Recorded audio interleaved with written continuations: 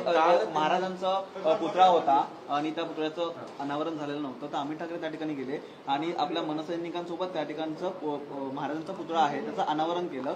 तर त्यावरून त्याच्यावर गुन्हा दाखल झालाय. त्यांनी म्हटलंय की असे लाख गुन्हे मी घेण्यासाठी तयार आहे, परंतु हे सरकार आहे ते महाराजांना जाणून बुजून अशा प्रकारचे उद्घाटन आहे ते थांबवून ठेवतात. साहेबांनी यालाच एक जोडून की आदित्य ठाकरे यांनी देखील त्या गोष्टीचं समर्थन केलंय आणि त्यांनी असं देखील ट्विट करून सांगितलंय की याला आम्ही लवकरच एक उत्तर देणार आहोत.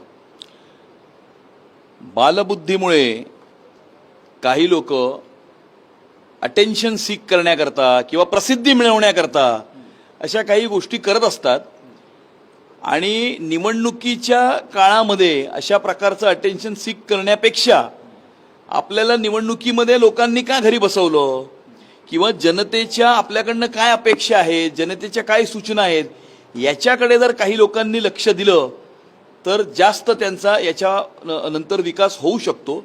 परंतु बालबुद्धीमुळे त्याचा कोणी विचारच करत नाही असं आम्हाला वाटतं. त्यांनी मुख्यमंत्र्यांवर आरोप केले की त्या ठिकाणी अनेक वेळा ते गेले, पंतप्रधान मोदी देखील नवी मुंबईच्या विमानतळासाठी येऊन गेले, परंतु शिवाजी महाराजांचा त्यांना विसर पडला. ते फक्त निवडणुकीपुरतं शिवाजी महाराजांचं नाव. हे बघा, छत्रपती शिवाजी महाराजांबद्दल धडे आम्हाला ह्यांच्याकडनं घेण्याची आवश्यकता नाही.